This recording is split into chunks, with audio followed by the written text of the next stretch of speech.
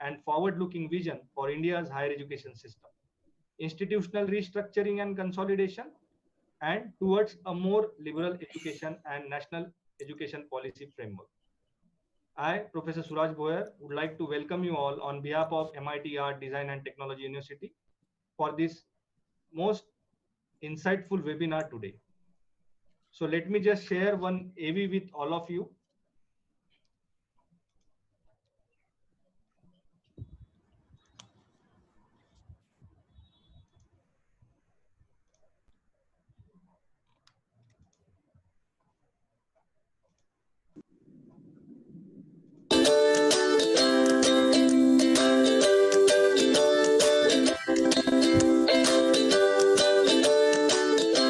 This is not only the question of the social issues, it's a national issue which encompasses and touches upon the lives of people in the immediate future as well as for the coming decades. And we have to address this with respect to the diversity and the complexity that India represents. So to me, it was really one of the most challenging assignments that this government gave us as a team. And we have tried to do our best, that's all we can say. But it was satisfying as a great experience in retrospect if you look at it, because the responses that we have been getting even in the short period when we were put in the public domain, especially from those who have talked to the totality of this particular document, is very encouraging. And we feel that we are on the right track in making those recommendations to the government.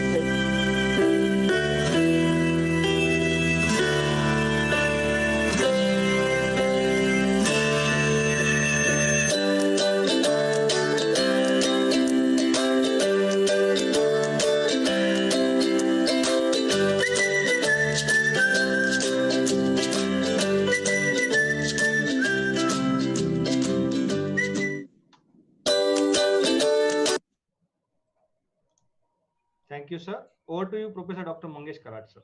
Thank you. Yeah, good morning. Good morning, Dr. Kasturirangan, sir.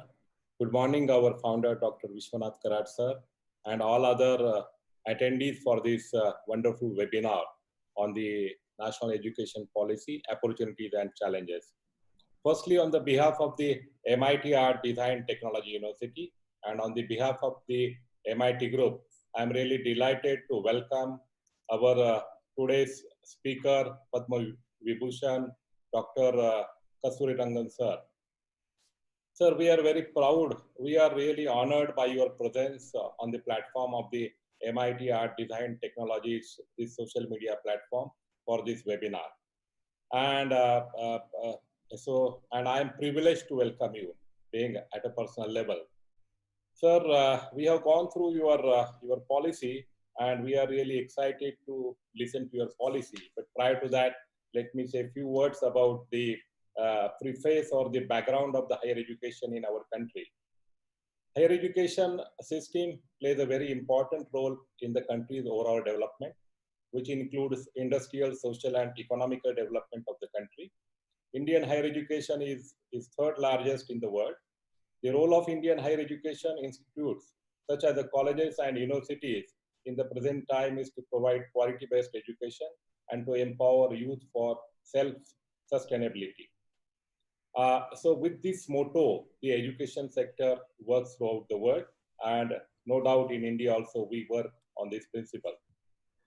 So if we look the education, progress of education sector post-independence period, when India became independent, it has only 20 universities and 500 colleges located in different parts of the country, and our enrollment ratio was just over 1 person per 1,000 number.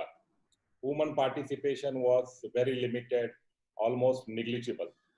Basically, the government of India took responsibility of its expansion and growth and expanded the higher education system fast after the independence period. Education, and now if we see the number, now more than 1,000 universities are working in the country, more than 45,000 colleges are working in the country. Our gross enrollment ratio in higher education is almost 26%, and we are admitting as on today, total number who is enrolled in the higher education is 3.6 crore. So we have reached from 1 to 1000 almost to 26%. So we have expanded at a large in a higher education system. Naturally, in last 70 years, number of from time to time, the government of India and different governments, they appointed the different commissions to review the need of the higher education system, need of the society, how to fulfill the aspirations of the society, and they have worked in the right direction. And so we could, I think, come to this stage of the higher education. If I quickly go through that, the first commission was established, was in 1948-49. Dr. Radhakrishnan Commission was appointed by the government of India, on whose recommendation University Grants Commission was set up as an apex body of higher education. And till today, University Grants Commission is working. 1965, National Council for Education and Research was set up to look into the financing of higher education. Our government was not spending enough money on the higher education. So this council was set up to suggest means and the ways to, or the quantum of spending on higher education.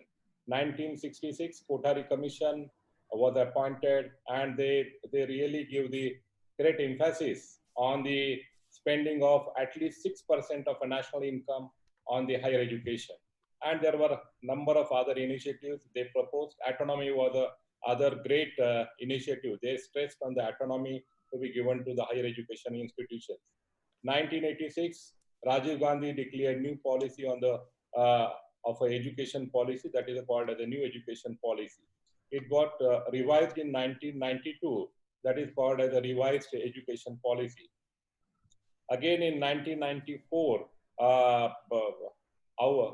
the outcome of that policy, the UGC, laid emphasis on, they established the NAC, National Assessment and Accreditation Council, with its headquarters at Bangalore. So NAC was the outcome of the policy, new education policy. In 2005, again, National Knowledge Commission was established. In 2009, Yashpal Committee was established. In 2012, RUSA 2012, adopted by the government of India to empower the higher education on the parameters of access, equity, quality in higher education. So all different committees have worked from time to time, and now the higher education in quantity has reached to the sufficient number. We can say, if we see the number of universities, those are now crossing 1,000. Number of colleges, they have already crossed almost 45,000. Now the seats are remaining vacant in all these institutions. But on the other hand, the challenges are rising because of this higher education system. The real challenge is, challenges are same initially also, or they have changed the nature of the challenges. Now unemployment is a biggest challenge. Our country is a very populous country. As I mentioned, we produce 15 lakh engineers per year. Only 25% are employable. That is the report of the different industrial agencies. They have declared only 25% are employable. Lack of a good quality faculty. So that is another big challenge. We are not able to get the good faculty. Outdated teaching methodology, pedagogies are used. How to change the mindset of the faculty? That is the other challenge. Declining research standards. Our universities are not able to produce good quality of research. So output of the universities is very poor. Gender and ethnic imbalances are there. Large number of imbalances. Ethnic imbalances are more rather than gender imbalances. Students from poor background are not able to crack the entrance exams in a good quality premier institutions like IIT and Indian Institution of Management. Our higher education institutions, they do not have any place in the world-class university list, world rankings, you can say. So we are not preferred destination by foreign students, those who want to come for higher education. So that is the other big challenge. we are lacking in innovation and innovation, research and innovation. And because of that, our GDP, we are not able to increase our GDP. We are not able to increase our per capita income of our country. And that is the biggest hit which we are carrying. We are a very good human resource. We are just serving as a labor for multinational company. And the onus again comes on the higher education system. We are not able to produce the required inventions and innovations which can be used. We are also not able to produce the required number of entrepreneurs through our universities. We are not able to give the proper ecosystem at our universities to produce the entrepreneurs. So that is other challenge we are facing. N number of challenges we are facing, and every political party in medical education, sufficient number of seats are not available, and we have faced the challenge in this COVID pandemic. We are not able to get proper number of doctors, number of nurses. Our government has to change the mindset to increase the number of seats in the medical or health education. N number of challenges are there. How we can tackle all those challenges is a real question. And I think national education policy is a really great tool. It is going to be the great tool, great solution to tackle all these challenges. So, and you have drafted the policy for our country, and this policy will be applicable for next 20 years.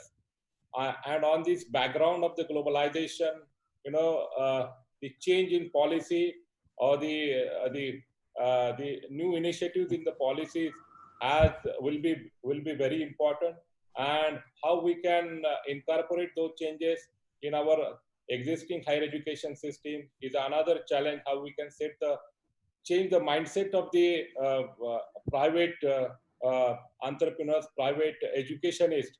So that will also be the great challenge.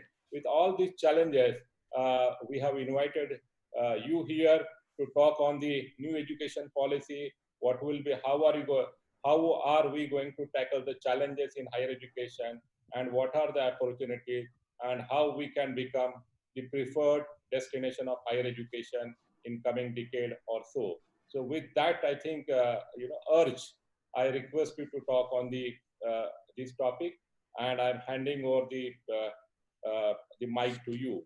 I request you to talk on this issue. Over to you, sir, Dr. Kasturirangan, sir.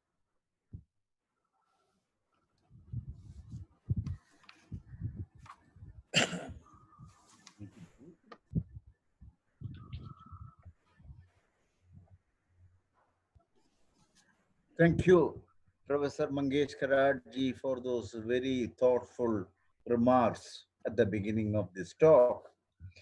I would like to thank Vishwadharmi Professor Dr. Vishwanath Karad ji and yourself, Professor Mangesh Karad ji, and your other colleagues for giving me this privilege of coming over and talking to you today morning on this webinar mode. I mean, I find that is not very bad as an experience, as a substitute to the type of physical presence which I always enjoy, visiting universities and talking to professors and students and management people. But I do know times are different, but I think we have adopted it well, not only with respect to such lectures, but also with regard to the education itself. I've been asked by the organizers to talk about the changing paradigms in higher education, possibilities and changes. Of course, this is one of the key elements of what we have tried to bring out as the national education policy. And I accepted this invitation from the Maharashtra Institute of Technology, Art, Design and Technology University at Pune for two reasons. One is, I think when I visited, even for a short period, the campus of the Maharashtra Institute of Technology and had the privilege of meeting Professor Vishwanath Karad ji. It left a deep impression in me as an individual. He was purely not an education, he's promoting education. There was something all rounded about his personality, his his outlook, his vision, and whatnot, and building structures. He's a structural engineer, if I remember correctly. He talked to me on this, and the way he built those structures, incredible structure, and which he really claims that is one of the world's most tallest, or whatever it, the largest. So here was a personality who thinks big, who thinks pragmatic at the same time, who thinks good of this country, and he wants to develop this country from all directions. So this is a kind of personality that we have to respect. And when you get an invitation again to at least say a few words to his people, his institutions, certainly it's my responsibility to talk to you. It is not the question of a privilege for me. It's not at all. It's a responsibility. I take this with all the humility and use this opportunity to pay tribute to Professor Vishwanath Karad ji for this extraordinary and yeoman service he is making to the country. I would like to thank Professor Mangesh Karadji because he has been directly organizing this particular webinar, and I was looking forward to hearing from him. So I'm so nice to hear him, and all your other colleagues who have been a part and parcel of this institution, an institution which is growing from strength to strength, and I am sure it will be one of the best institutions in the world. And with the kind of recommendation we have made in the context of higher education, and the kind of challenges that they throw up and the possibilities for the future, I am sure this university could be one of those unique institutions in this country which will not only take advantage of those recommendations, but also will, with determination, move it towards a world class institution. I wish the very best for this university. The policy itself, as you know, we have submitted now more than a year and a half. The government has been going through several reviews of this. Like it was an effort of more than 2 years at our line as a committee. And before that, of course, we had a TSR Subramaniam company and a previous majority minister. All of them put in effort to create the necessary background for this policy. And after 2 years of extensive work by this committee in consultation with several individual institutions and organizations, we ultimately wrote this particular policy submitted to the government. I should say that the interest in the government on this policy is so good, and Prime Minister took three reviews of this, and one of them was more than 3 hours and went so much into the details, nitty-gritty details of the recommendations, and made some very useful and pragmatic suggestions. So, with that kind of a disposition towards this policy, I'm sure that the years to come, adopting this policy, making it a policy of this government, and ultimately moving it into the implementation phase, and then doing it for the next 2 years, if it is 2020 to 2040. But more importantly, when in fact Javadekar ji called me and told me to chair this session to this council, he told me specifically, even though I'm telling you to make it into a 20-year kind of thing, you please make sure that even by tweaking, we can take it to 30 years. So the kind of challenge he threw in visualizing what this country would be and what the educational system this country should have was remarkable. And that is the one that drove us doing something. Himself took number of reviews with this country while the committee was moving forward with the discussions on the recommendations of this policy. And he took that kind of an interest. And the present Prime Minister, Shri ji, has continued that. And I'm happy to note that they are in the process of trying to get it prepared for a cabinet approval. So at this particular point, and I should also say when we placed it to the public domain, because we wanted the public to have the maximum say, because education affects each and every individual of this country.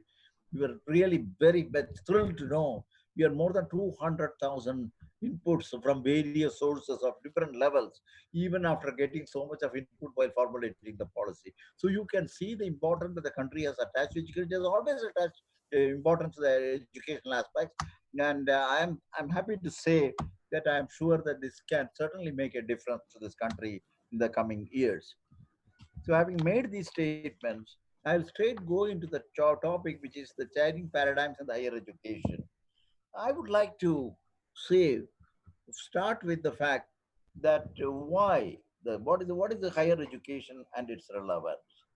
India, as you know, is aspiring to become a knowledge economy. If you really hear the Prime Minister in several contexts, You see, he has an aspiration and he has got the vision to take this country to a 5 trillion economy in the coming few years and ultimately move it towards a 10 trillion economy. And I am sure this is not just a vision, this is a mission of the Prime Minister and the government. And I am sure that this is the way India will go in the coming years as a knowledge economy. But then what does a knowledge economy mean is that it would make more and more Indians to seek higher education. That is the first point. The 21st century calls for quality university college education for developing good, well-rounded, and creative individuals. Higher education must enable an individual to study one or more specialized areas of subject at a deep level. You call it minor, you call it major, while at the same time build character, ethical and constitutional values, intellectual curiosity, scientific temper, creativity, and spirit of service.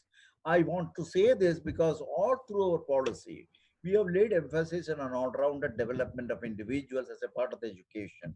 And I do know the MIT places a lot of emphasis on this kind of a culture, even as you impart critical education in specialized areas. So I want to emphasize this, that these are the kind of things that we should really emphasize in many institutions across the country. The 21st century knowledge encompasses a range of disciplines, including the sciences, social sciences, arts, humanities, languages, as well as professional, technical, and vocational crafts. The important thing is not to say this in silos by saying individually sciences, social sciences, and art. The idea of bringing this together here is if you just look at even the scope of the MIT and especially your own institution, the arts and design and technology, you see that several of these subjects are embedded in the overall educational framework of this university.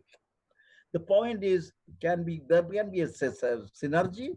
Can there be a holistic approach to the education?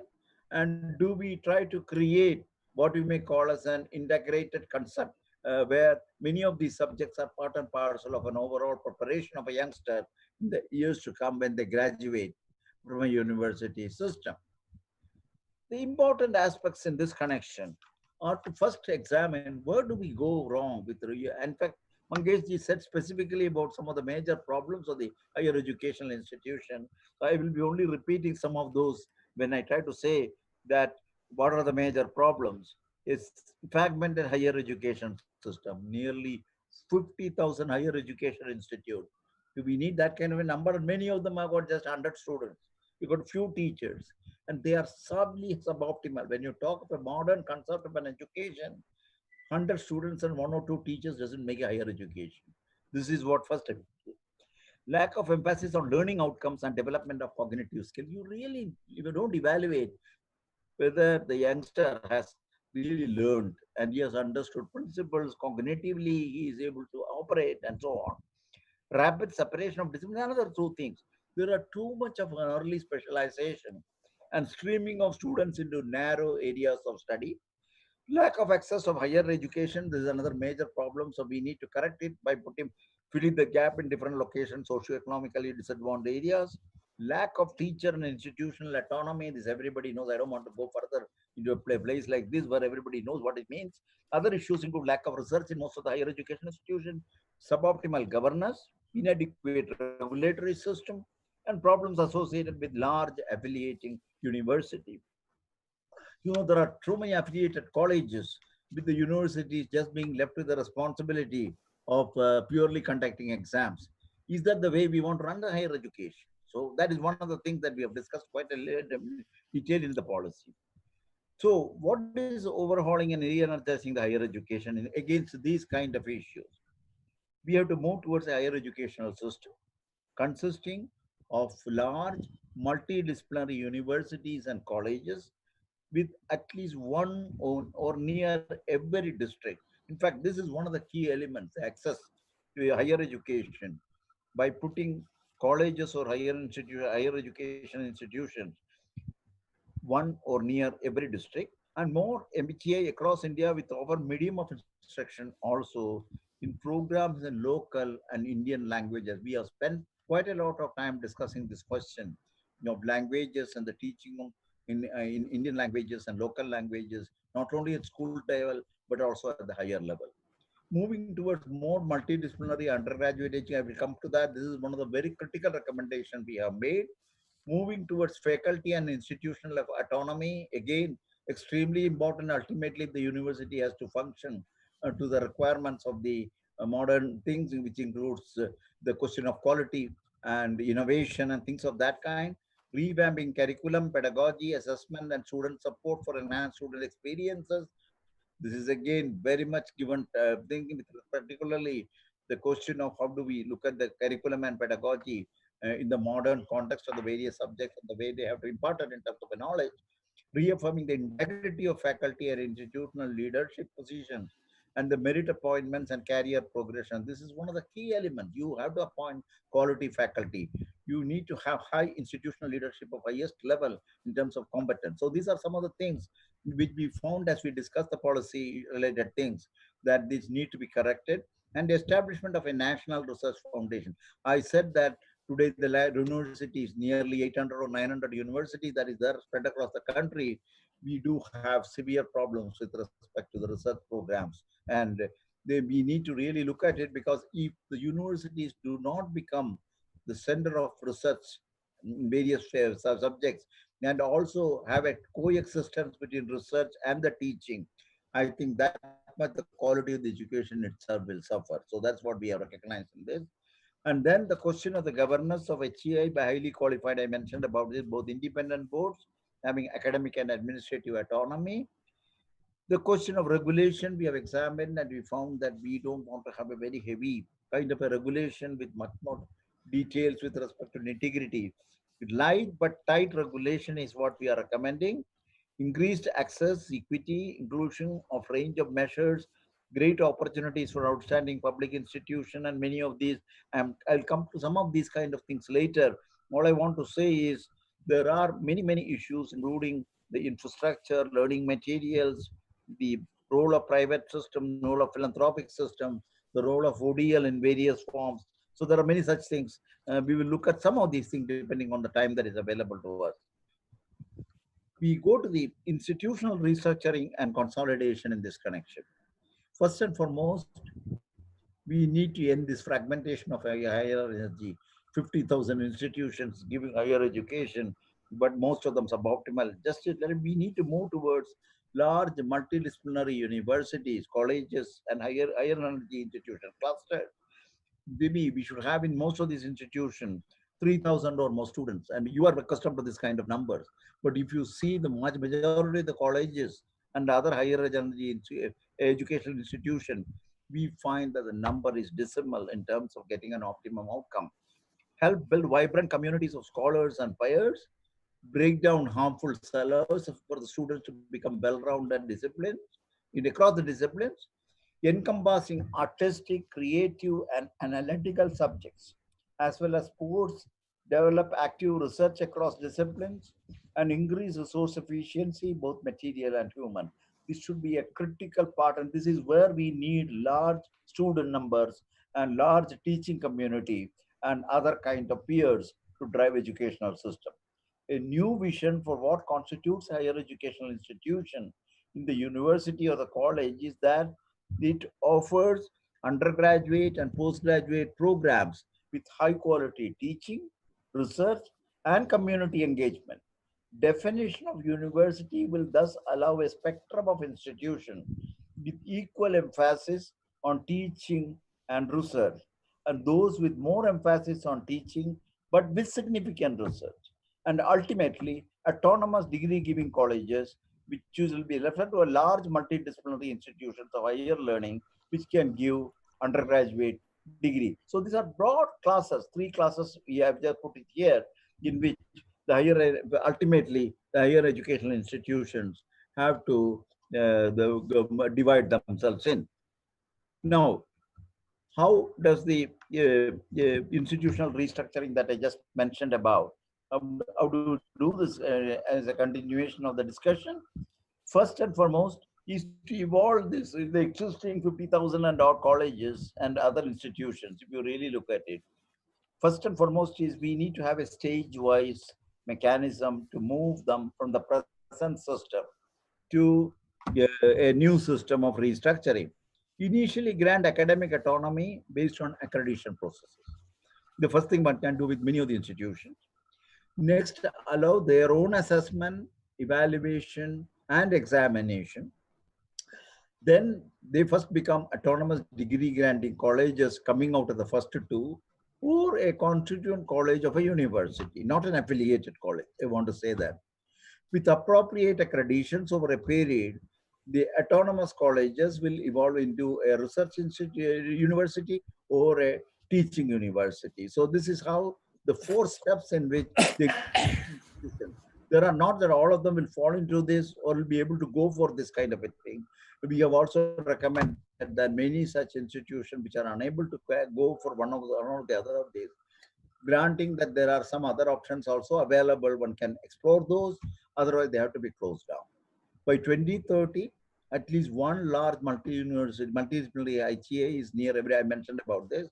Both public and private institutions will be encouraged under the new policy, and in particular, public institution with high public spirited commitment, private institution with public spirited commitment to high quality, equitable education will be encouraged and encouraged at par with public institutions. This is very important in this policy. We have tried to make sure that we don't distinguish in many of the activities and decisions, whether it is related to funding, whether it is in terms of regulation, whether it is in terms of the questions of certain types of norms.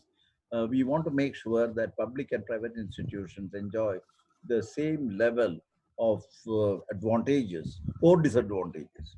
By 2040, all HEIs will aspire to become multidisciplinary. This is an extremely important thing. One of the key elements of this higher education policy is that we want to move universities and other higher educational institutions into multidisciplinary institutes. I've come to a little bit about this in the next slide. The overall higher education sector will aim to be integrated into, so this is an important statement that we are making in the policy. The overall higher education sector will aim to be integrated into one unified higher education system, including professional and vocational education. This policy and its approach will be equally applicable to all higher educational institutions across all current streams, which would eventually merge into one coherent ecosystem of higher education. So in essentially, we don't have these kind of a thing like a professional engineering college, law college, agricultural college, and then you got a mainstream education in science, we got a mainstream education in arts. These kind of ultimately they merge into one coherent ecosystem of higher education. That's what the final thing is. 30 years is given. I think the country has to move. This is the success stories of some of the most advanced countries in the world. There is no reason why we not learn out of this and also put in our own background and history with respect to the experiences. I now go to one of the very important aspect of the policy, which is related to towards a more holistic education. The policy aims to promote liberal education at the undergraduate level to generate more imagination and creativity in the students to ensure their holistic development. I want to say this because if you really look at the undergraduate youngsters who come out of the colleges with a BSc degree or a BA degree and so on, you know the condition, their job readiness or many other kinds of things, what kind of role they can play in the society as well as in the job market is something which has been of concern to all of us. So that is the reason why I make this first statement here with regard to a holistic education. The concept of holistic education in the Indian context is an age-old idea. You don't think that this is a very important new idea. This concept involving the mastering of 64 kalas. In fact, this is written by age-old by Brahmadatta, one of the intellectuals of the past, encompassing music, dance, painting, sculpture, languages, and literature, in addition to subjects such as science, engineering, and mathematics, as well as vocational subjects like carpentry. And if you master these 64 kalas encompassing these kind of subjects, you recognize that person as truly educated. So this is the holistic approach to education in the ancient India. And you see how they have been now, many Western countries are looking at the meaning of this in the context of the STEM and many other kinds of ways of education. Liberal education here explores the remarkable relationship that exists between science and humanities, mathematics and arts, medicine and physics, etc., and more generally, the surprising unity of all fields of human endeavor. This is the most important statement we have made, that liberal education here means that it is addressing the unity of all fields of human endeavor, human thoughts. A comprehensive liberal education develops all capacities of human beings. It could be intellectual, aesthetics, social, physical, emotional, and moral in an integrated manner. So this is what is the thing as a crucial step to lead to India to a 21st century. And also, the fourth industrial revolution is around the corner. The multidisciplinary education is central. Even engineering schools such as IITs, and your institution, of course, in a sense, is an engineering institution, will move towards more holistic disciplinary education with more arts and humanities, while arts and humanities students will aim to learn more science, while all will try to make an effort to incorporate more vocational subjects and soft skills. India's rich legacy in the arts as well as in sciences and beyond will significantly help in making the move towards such an education an easy and natural transition. This is the aspect of the higher education that we are talking about. So, how do we try to address this in the form of concrete directions of introducing liberal education? And we call it more like a holistic education into the undergraduate program, and later on, part of it in the postgraduate, and backwards, even in schools, in the secondary schools. Liberal education with broad multidisciplinary exposure. What does it mean? Imaginative and flexible curricular structures, creative combinations of disciplines of study, multiple exit and entry points, and master's and doctoral education will provide research-based specialization. These are the four elements of the liberal education in the broadest sense of the term. 3 to 4 year undergraduate degree with multiple exit options is the recommended direction. The 4 year program will be a bachelor of liberal arts education, or whatever it is, bachelor of arts in chosen majors and minors. The 3 year program, the present one, you will continue, but with the foundational aspects of a liberal education. Both 3 year and 4 year program will lead to a degree with honors if you have a research. And we have also made in the recommendation provision that you can have a 2 year part of the undergraduate degree, which can be called as a 2 year advanced diploma. Or if you want to exit in the very first year, there is a level of completeness in the knowledge that is important even in the first year of undergraduate, so that they get a 1 year diploma. So these are the various types of flexibilities that are there. And also taking it forward, flexible master's program will have a 2 year of those with 3 year undergraduate degree. There you can have it a master's, or you can have a 1 year with a 4 year undergraduate degree. Some of these are currently also on in many institutions, or ultimately we can also have an integrated 5 year program. So this is what the thing is. And now this is the most important aspect. One of the most important aspects of the recommendation we have made: the undergraduate education, introduction of liberal component, holistic nature of the education, and mostly making sure that there is a foundational component in the undergraduate education which brings in the holisticity of knowledge to the people who are important, and we make their relevance in terms of understanding issues even if they jump. In fact, as Farik Sakaria says, job hopping, this becomes possible simply because they are prepared for those kind of understanding of the new requirements because of this holistic nature of their education. Now we come to another important area, which is the motivated, energized, and capable faculty. The most important factor for the success of higher education institution, the quality and engagement of its faculty. I don't have to say that to this institution, the people here. This policy puts faculty back into the heart. We have to, of course, deal with the rampant practices for contractual appointments. We have made some very strong recommendations on this. Heavy teaching loads we need to recognize so that we can have a rationalization to give faculty time to invest in themselves. Infrastructure support, something which is very much lacking in many institutions in this country. Faculty recruitment, development plans, career progression, we have gone into great detail here. With the most important aspect, of course, is the fact that we need to have an institution to develop the preparatory part of the teachers, which has been now moved into the higher educational institutions. And there is a 4-year program, exactly like the 4-year undergraduate degree program in other cases. So for the education also will receive that kind of a 4-year program. And we don't want to make a distinction between the teachers' education being always the teachers' education institution and other things, but they enjoy the same status as an undergraduate from IIT and from a very central university or IISc or ISERS and so on. So there will be a component of an educational group which will be there, and they enjoy the same status. And in a sense, it removes also the question of what is the higher degree and what is the lower degree, hierarchy of degrees coming from various institutions. We have tried to reduce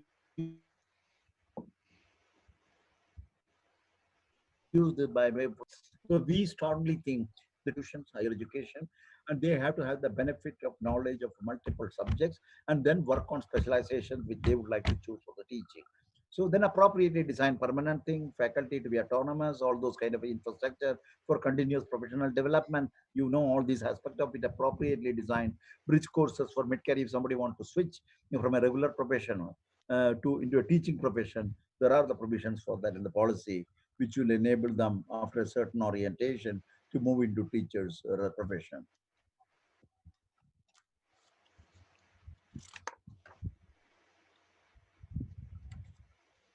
The other aspect is the research. I did mention about the research component, and we spent a lot of time discussing the question of where do we stand in the research in the context, particularly among the university system. Ultimately, we have to really strengthen the research system in this country.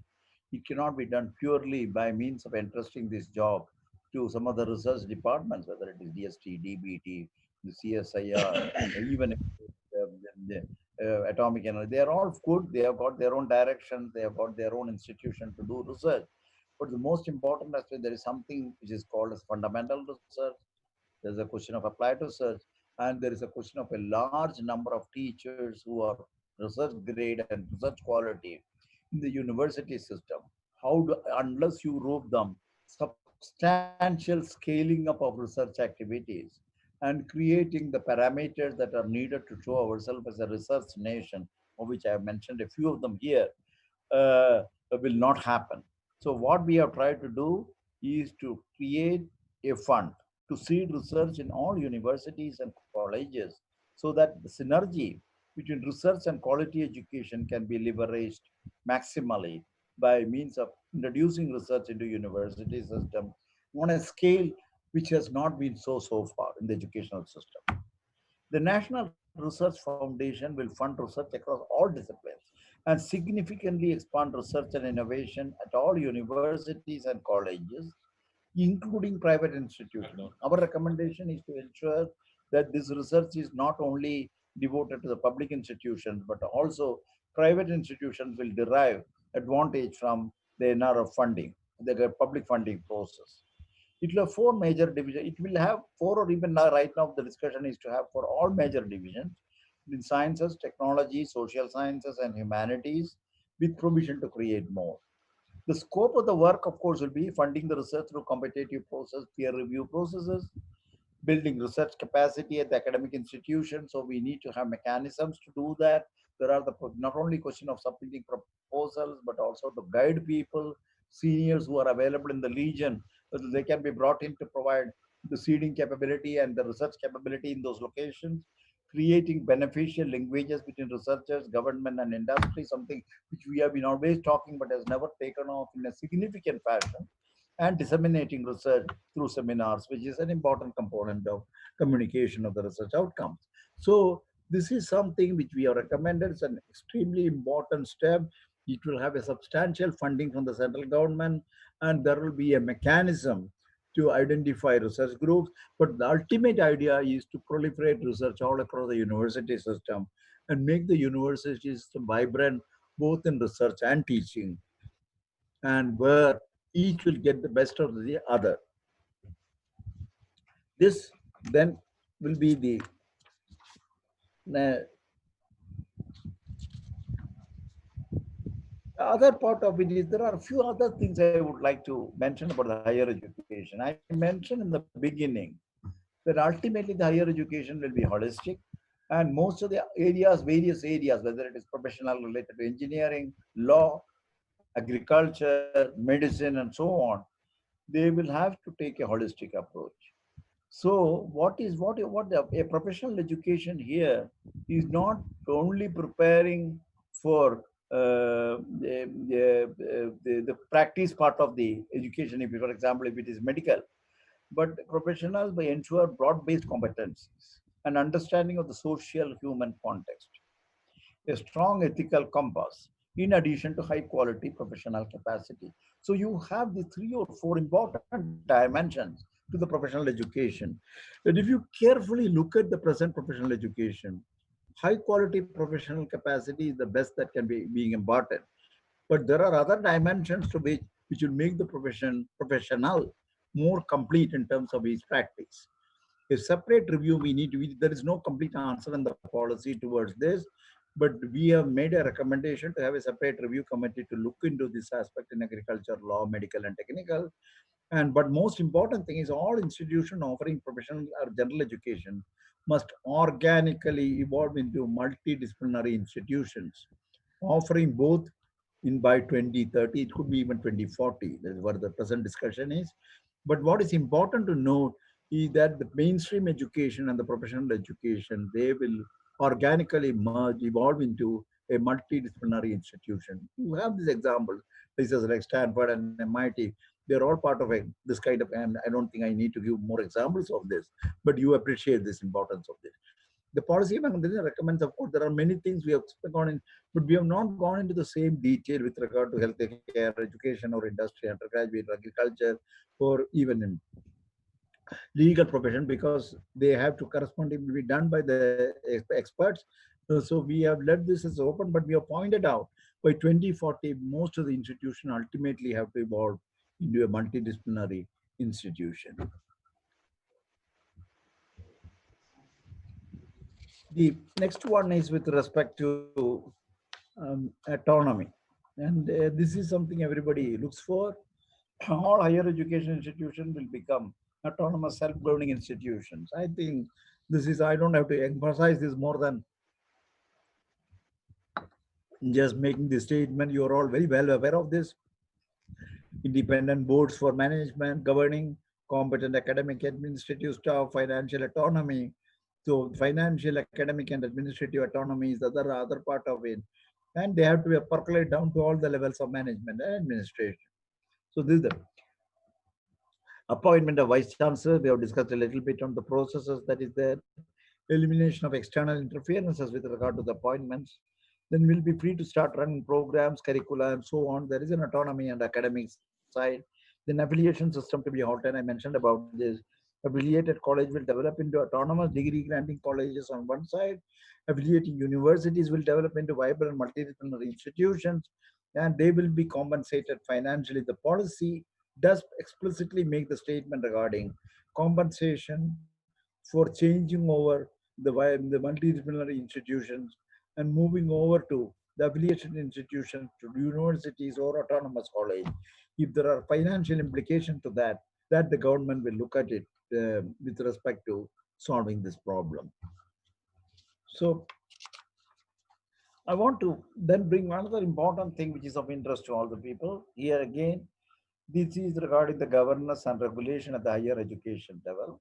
The national higher educational regulatory, the important thing that we have tried to look at it is the policy aims to set up an effective, enabling, and responsive regulation to encourage excellence and public spiritedness in higher education. So we have a national higher education regulatory authority, called it as NERA, General Education Council, then a National Accreditation Council, and Higher Education Grants Council. These are the 4 elements mandated to perform the responsibilities of regulation, academic standard, accreditation, and funding, respectively. And of course, The common regulatory regime will be applicable both for public and private institutions. And NERA, of course, will be the single regulator for all higher education, including professional education.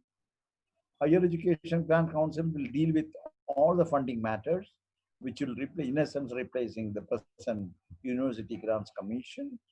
The General Education Council will develop the National Higher Education Qualification Framework and specify standards for general education. And the Accreditation Council will oversee, but there are structural changes in the Accreditation Council to ensure that the large amount of work to be done on this, how do we structurally make it possible? And also over a period of 5 years, how do we want to keep it rotating to ensure that there is a fairness in the system? The common regulatory regime for public and private institutions, I mentioned about that. So there is a certainly independence with regard to the four aspects of governance and regulation in the higher education. And the idea is not to create overstepping of the people, the cross connections between the different roles, creating confusion and many times inefficient and properly inappropriate decision making.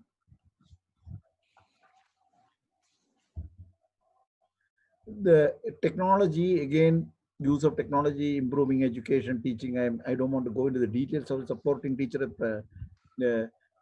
teacher preparation and continuous teacher professional development, enhancing educational access to disadvantaged groups, and streamlining education planning, education and teacher training on educational technology is critical. The important thing is, when you talk of improving teaching, learning, and evaluation, online education, synchronous mode, asynchronous mode, and blended education, these are all going to come into fore. There is quite a lot of institutions which are already adopting this kind of a thing. The evaluation of this is also in the progress, and one also uses this with automated smart evaluation systems like the artificial intelligence, then supporting teacher preparation, recommender systems for confirmation and certification, enhancing educational access to disadvantaged group, connect a few specialized teachers to virtual classrooms and learners with specific needs. This is the digital divide. This is to address the digital divide, and streamlining education planning, agriculture, and management, national repository of educational data to track systems and achieving and so on. And what is more important is teachers training in educational technology is critical. Now, to ensure that there is a certain level of coherence and pragmatism in the way in which educational technology is adopted, we have also made a very major recommendation with regard to the institution of a national education technology forum. This is a new forum which will be set up with the following roles. It will provide independent evidence-based advice to central and state government on adoption of technology-based intervention. One of the reasons why we think this is important is that there are going to be, as you try to introduce technology for a variety of roles that I said earlier, obviously there will be several options, several approaches, and there will be several people touting this is important, this is better, that is better. The evaluation of a technology and its applicability and suitability for education is more than technology in the education interface itself. There is something much more than that. It's slowly coming up. When you teach a youngster in the preschool thing, can you have a online education? There are the question of people who come in neural sciences, you come in other kind of. So there are many dimensions to this kind of decision making. That is precisely the committee had in my mind when they wanted to create this kind of a technology forum to address the multiplicity of issues and look at it in a holistic way before coming out with solutions which can be adopted in the country. Build intellectual and institutional capabilities in educational capability technology. That's another second part of it, to envision strategic thrust areas in technology domain and to promote education in them among educational institutions and to articulate new directions for research. And this is extremely important. We have to be a leader.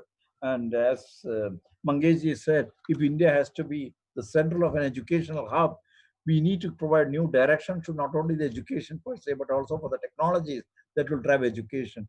We need good direction. Research and innovation should be an integral part of a technology development and capability in this country. So we have made a very strong recommendation. The National Education Technology Forum will institute those are the institutions or centers of excellence where the research is also facilitated. And of course, there is the question of NETF will maintain a regular inflow of information. It will be a kind of a repository of information of all that is going on in the country and the kind of direction it is taking. I go to the other part of the technology. Of course, 1986, 19, you know that with the internet was set to make a major impact at that time. Policy right now the education, of course, you know the role of internet in this. Policy fully expect the educational system to face many technological disruption, whether it's artificial intelligence, machine learning, and things like that. Two major aspects related to such disruptive technology. One is harnessing technology to improve educational outcomes, human plus AI, artificial for hybrid interactive learning systems. That is one aspect of it. Education in new and disruptive technology, that's getting into more and more into the educational stream, identifying them and preparing students the 4G technology and revolution and things like that. So that's a very large preparation that we need. Maybe could be of the same scale in which when the IT itself came into foray for an educational system in the years back. This policy, of course, addresses both of them, but one need to work out much more detail than what a policy document can give. But they are both critical in our view with respect to the emerging and disruptive technologies. Conclusion, I would like to say that I have tried to change some of the important elements of the higher education. I don't think that I have touched every aspect of it. I'm sure, as I told earlier, the role of the private and philanthropic sectors in educational financing is extremely important. We have tried to make sure that there are many of the regulatory and many other aspects of uh, uh, public and private evaluation of the performance are put at par. The regulatory regime shall encourage private philanthropic efforts in education. At the same time, it shall closely monitor and eliminate commercialization. There will be common national guidelines for all legislative acts that will form the private higher educational institution. These common minimal guidelines will enable all such acts to establish the private higher educational institutions, enabling a common regulatory regime for private and public HEAs. These common guidelines will cover good governance, financial stability and security, educational outcomes, and transparency of discussion. The light but tight kind of a regulation, what we said, is critical to this, but there will not be an overload of regulation, whether it is private or public. The other aspect that I thought I should mention is the internationalization of education. We have governed some talks about the kind of internationalization again. Currently, I think we have something like 40,000 students or so, very small, 2% or less than the global numbers in terms of students. And we need to create a system by which we can attract more people for education in this country and also have better exchange systems. And the present issues related to what is inhibiting India to create a fairly large hub for an international educational system. To some extent, we have tried to look at it from the policy point of view. I'm sure you'll find in the document, I don't want to go into the details of this now, but I'm sure you'll find that in the document. We think that especially in the COVID, post-COVID time, when there are many Indian students who don't want to go abroad for the education, they want to know, work in India and work, study in India. This is going to be an additional kind of a challenge that probably an excitement that many of the educational institutions will seize. And the third aspect I would like to say is about the reimagining the vocational education. Vocational education has not found the kind of importance that it has done. Hardly 5% of Indians really go through a formal vocational education. In US, it is 60-65%. You look at Korea, it is more 85%. In Germany, 75-80%. If you look at that kind of a number, our vocational education, formally qualified vocational education, is extremely small. Vocational education somehow have been relegated to the question of people who have been dropouts, and they are the ones who become vocational education candidates. We have completely eliminated this kind of a concept of a vocational education. Vocational education is not only an integral part of the secondary school education, post undergraduate education, and where necessary for research and many other purposes, even the higher education. And one can see it going through the regular schools to higher education institutions, including colleges and so on. And there will be a Bachelor of Vocational Education, it will continue to be so. But the vocational education will receive the kind of importance that today we need. In fact, when we talk of reaching a 50% gross enrollment ratio for this country, we cannot do it without having an adequate number of qualified vocational educational people. And this is considered in the context of going to 50% GDR from the 26% that Mangesh talked about. So these other area, there are many such things. We think that the policy will be adopted. I'm sure that it will find an important role in the context of the economic and the social development of this country. So far as institutions like yours is concerned, I think there you have a head start, it looks to me, from looking at all that you have been doing and the type of vision you have been receiving from your founders. I think this head start, if it taken me from, I don't see any reason why if at another 5 years later, if I were to come back and interact with you, I'm going to talk to people who are talk of a representation of a world-class university. I wish you the very best. Thank you, sir. Thank you.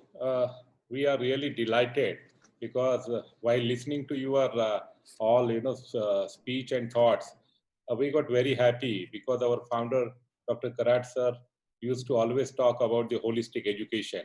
And in this university, MIT Art Design Technology University, 2 years back, exactly 100% same to same concept is already implemented here. School of Holistic Development, in which communication, health education, the liberal art education in almost 20 areas. And then we equally give the training to the students of art side about technology and management, what exactly you said in your presentation. So School of Holistic Development, we have implemented in MIT Art Design and Technology University. And now when you spoke, we are very happy. Our founder's vision has come as a into national policy. So we are very happy. And we have touched all the topics, right from regular topics of institutional restructuring, consolidation, to high quality liberal education, capable faculty, empowered governance, all parameters. And I'm very happy you have touched the latest topics like educational technologies, forum for the educational technology. It is a need of the hour. Number of institutions are in confusion which technology has to be chosen for online education. Yesterday only we had a meeting of a private university and we were sharing what technologies we should use for online delivery of education. FDP program is going on in the campus for online teaching pedagogy. So this is a very apt initiative, apt chapter you have added in the national education policy about the educational forum for educational technologies, including disruptive technologies. So what extra we need in the policy? I think you have touched all the points, right from how liberal education is a very important, and all. We are really happy to listen to your views. Now I will request our founder, Dr. Vishwanath Karad sir, who is a educationist of a great passion. He could visualize the gap of education, professional education in 1980s. He wrote articles in the newspapers, Maharashtra Times, and his article was seen by the Chief Minister of Maharashtra, the then Vasantdada Patil. He called, and the Education Minister of that time, Sudhakarji Naik, he called him for the discussion. And in one meeting only, they adopted the policy, and first 8 colleges or 9 colleges were given in Maharashtra, and MIT was the 9th college in that list. So so our founder, Dr. Vishwanath Karad sir, in a way, he is a great instrumental person to change the policy of a professional education in the state of Maharashtra, and the same model got adopted throughout the country. So and he is, as you mentioned in your speech, he is not only educationist, he is a man of spirituality, He is a very humble man. He believes in Indian culture, Indian ethos, Indian values, and that dome, the dome which he has constructed in the campus, Sant Naneshwar World Peace Prayer Dome, is his vision into action, I will say. Now I will request Dr. Vishwanath Karad, sir, our founder, to talk in this webinar on the policy, or to echo the views expressed by the Dr. Kasturirangan, sir. Over to you, sir. Thank you, Mangesh, and your team for really giving me the opportunity to listen to a very great visionary scholar, thinker, philosopher, and a great eminent scientist of the country, but with a great vision. He's an educationist. When I listened to him just now, friends, it truly fills my heart with a sense of pride and pleasure that I had the fortune of listening to such a visionary person from India. I can only say I'm not here to give you a long speech. I'm just trying to express my feelings after listening to his national education policy document, which is going to play a very important role. All the departments, all the various sections of functioning of the government are quite important, true. But education, to my mind, plays a very important role.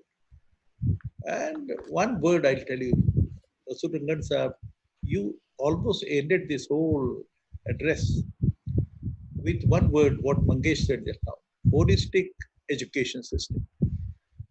Holistic, peace-loving education, about which you have spoken so many other words too. I feel this is not only an education, it's a divine knowledge education system with wisdom. That wisdom part which you added throughout your speech was something very dear to my heart. As a teacher for last 40 years, whatever I have been trying to do, Mangesh had so many words of praise for me. But I can only tell you, sir, that now time has come that this national education policy document had to show a pathway and create a new path for India. Why I'm saying this, we have to develop an Indian education system, which is a value-based Indian education system. I have been always calling this as an Indian education system or a universal education system, because India speaks always about a universal education system, universal principles. I can only say a few words about this, that when I see these whole documents and your suggestions of this holistic overview of the national education policy regarding the research and innovation component of it, the National Technology Forum, some unique concepts have been promoted, and you have made some mention here somewhere that the universities, the number of universities, which is somebody has said or you have said, it's nearing about 1,000. Our India has gone to a total population of 130 crores. The need is going to increase, and certainly we may have to have 400-500 universities more. But you have made a very important suggestion in this paper I have seen, that let us, at least those universities like private unaided universities, the deemed universities, or the affiliated universities, these universities should be given the permission and authority to let the nearby colleges to join with the university, so that we can resolve. This is an issue of the whole nation, the 130 crore people. And we have a very diverse picture. The poorest of the poor, the Adivasis, the tribals, the backward classes, and the middle class and the richest of the rich. This whole scenario of what India stands for needs a special thing which you have made a mention about, that how many scholarships have to be there, how the finance has to be met with, how some higher education or higher tuition fees can be implemented. These suggestions are going to be very important and practical to make this whole system of education to run in a very efficient and emotional way. We have been talking about IQ and the EQ, emotional quotient, but now let me tell you, as Mangesh has pointed out, that I'm here to just make a small comment about the spiritual quotient. Unfortunately, India is always confused with that very concept of a religion, let me honestly tell you, sir, that there has been a confusion about religion and spiritual component of life. I don't want to teach or preach anything, but friends, let us know that this very body where I'm sitting, a human being, I have a small booklet in my hand, which has been, it's a small booklet, which has been published by Dr. Vijay Bhatkar and Kishorji Vyas, just on 3rd of June. It says, universal secrets or the principles of human life. The whole game or the whole system is always for making this holistic, peace-loving society and development of the human beings. Friends, remember these 9 universal secrets are the spiritual secrets. But let me tell you, friends, not to teach you, sir, Kasturirangan sir, you are such a great visionary man. You are a great scientist. But I'm telling you, myself and Vijay Bhatkar, when we discussed the other day for the last 1 month, because on the background of this Corona COVID-19 horrifying silence which we are experiencing, 160 nations of the whole world locked down, closed. The churches, the temples, the mosques, the Makkah, Medina mosque, and temples like Pandharpur and so many other temples in India, at one command, one signal, one warning, one clarion call given. Who is the commander? The commander is the coronavirus. No other person could have given such a command and closing down the entire world. One can you imagine, this is a very horrifying experience. And we have been discussing, is there a chief commander about this? And we talk about the reality. We talk about the ultimate truth. We talk about the Almighty God. You may call Ram or Rahim or Jesus or Buddha, whatever names you may give, but we have been trying to understand how this whole mechanism functions and what is the situation and where from we have to go again further.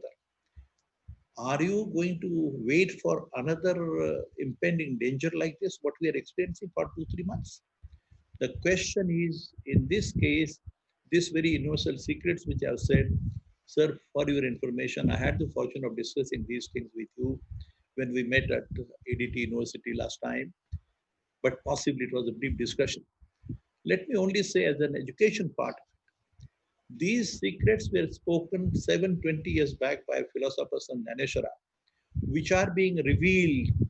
That time he had revealed, but there was no Google, no internet, no Wikipedia, no Facebook, no systems like what we are doing just now.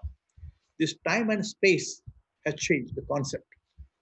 And now you are sitting somewhere in Delhi, I'm sitting here in Pune, and we are discussing. These very mechanisms were not available.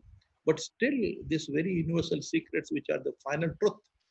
And let me honestly tell you, sir, this very body, what I'm talking about, we have the body, the brain, the soul, and the mind.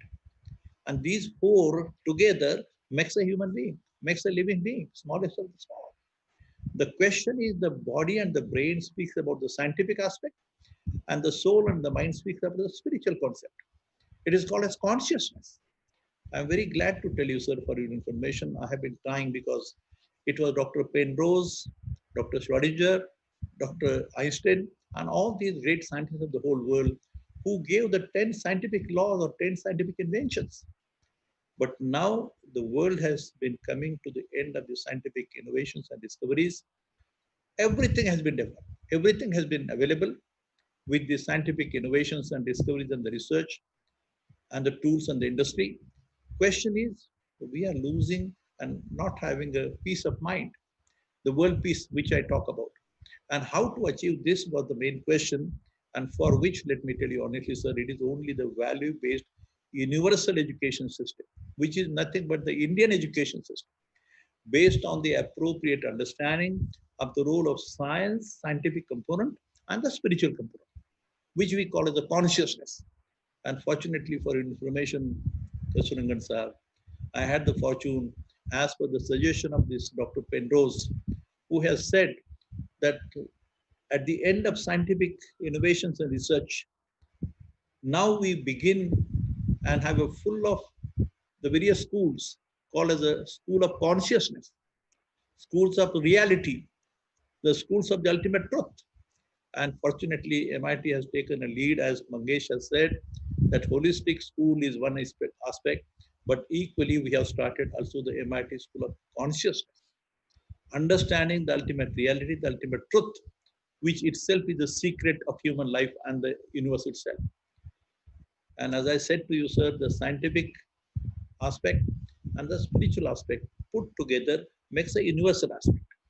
Vishwatmake Deve, that's the Marathi version which we are speaking about. And I think our institution, which has been on the pathway, trying to understand. We don't claim that we are the supreme, we are the best. But the world will need such type of new schools of consciousness to tell you what is the secret of life, what is the secret of the universe, and possibly to understand that secret, this small booklet which I showed it to you, our education systems, as you indicated rightly, about the holistic society.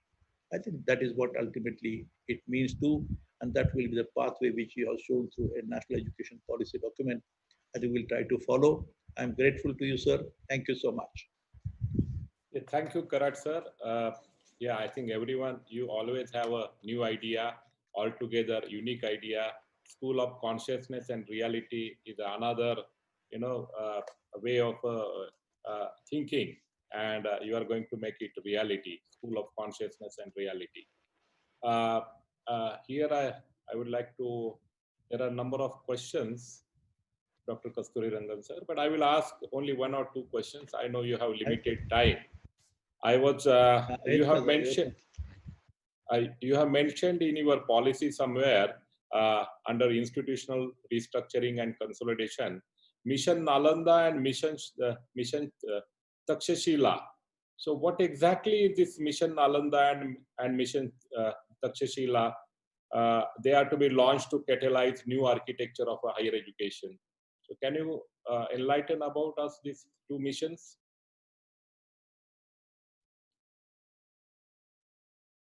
No, you can unmute, sir. You can.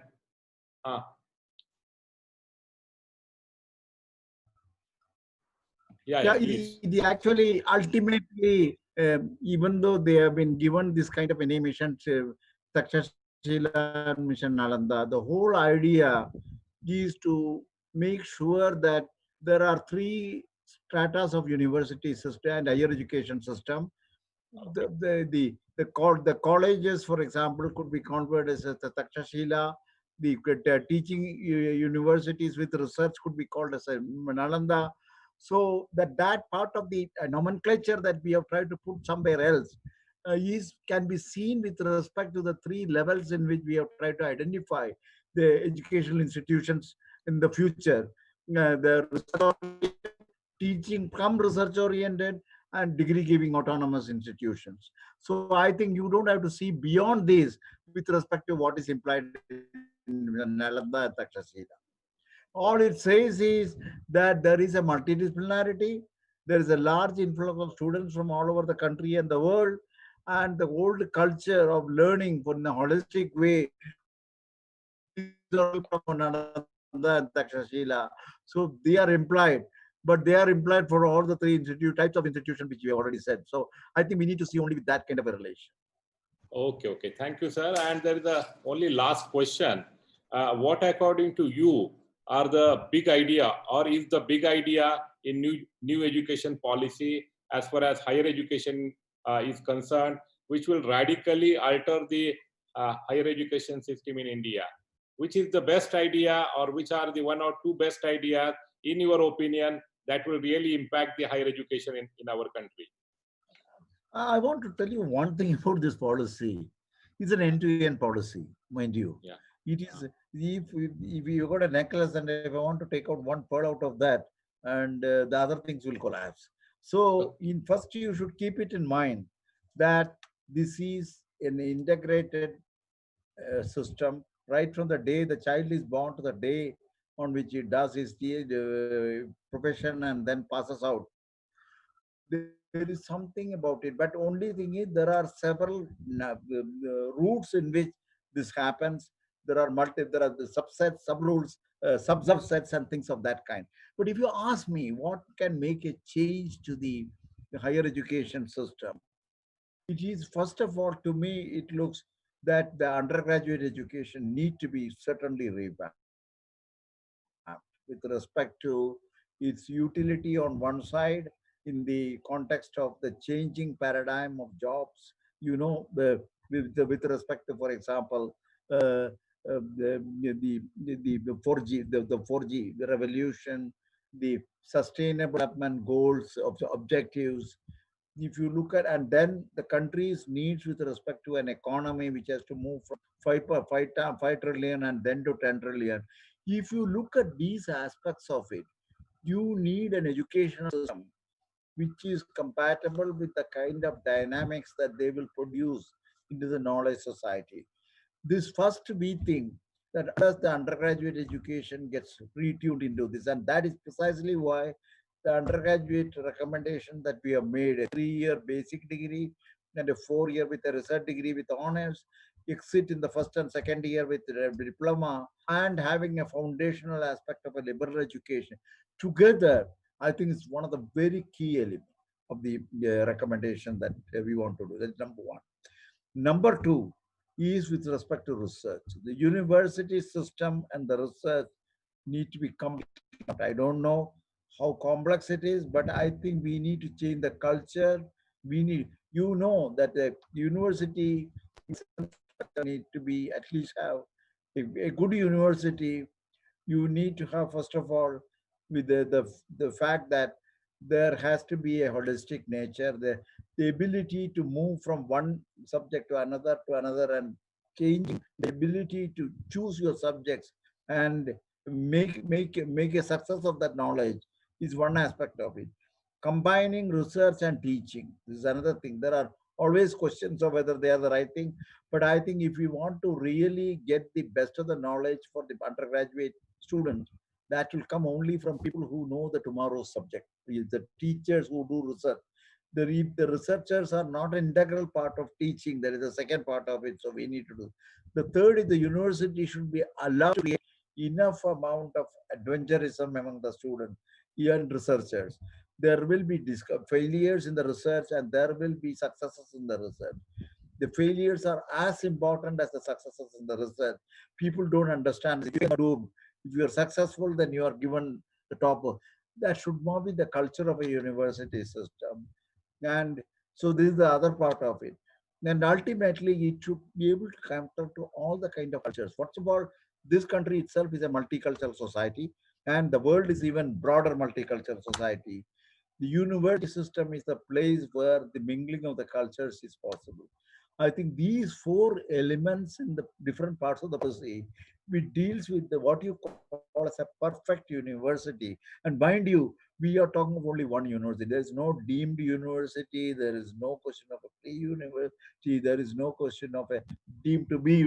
All kinds are taken out.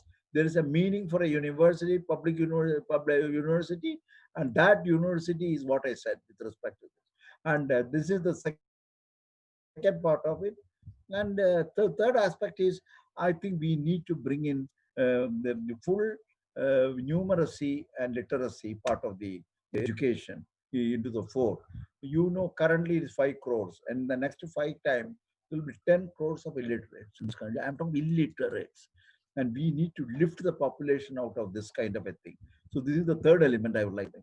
I think a literate population, which is at the full level of literacy, literacy means both numeracy and literacy, a undergraduate education which caters to the futuristic demands of not only the job but the social structures and other kinds of inputs, and an higher education at the level of research which involves trying to become India economically one of the strongest in the world in terms of its research component, whether it is related to medicine, whether it is agriculture, whether it is strategic, whether it is pure research knowledge. I think that is a different matter of detail. But these 4 or 5 elements which you have now tried to brought here, I think they need. But I want to again caution you: you can't pick this up because it happens to be important and start doing work on this, because there are several other connected issues. If you don't touch them, then this won't succeed. That is my point. Thank you, Dr. Kasturirangan, sir.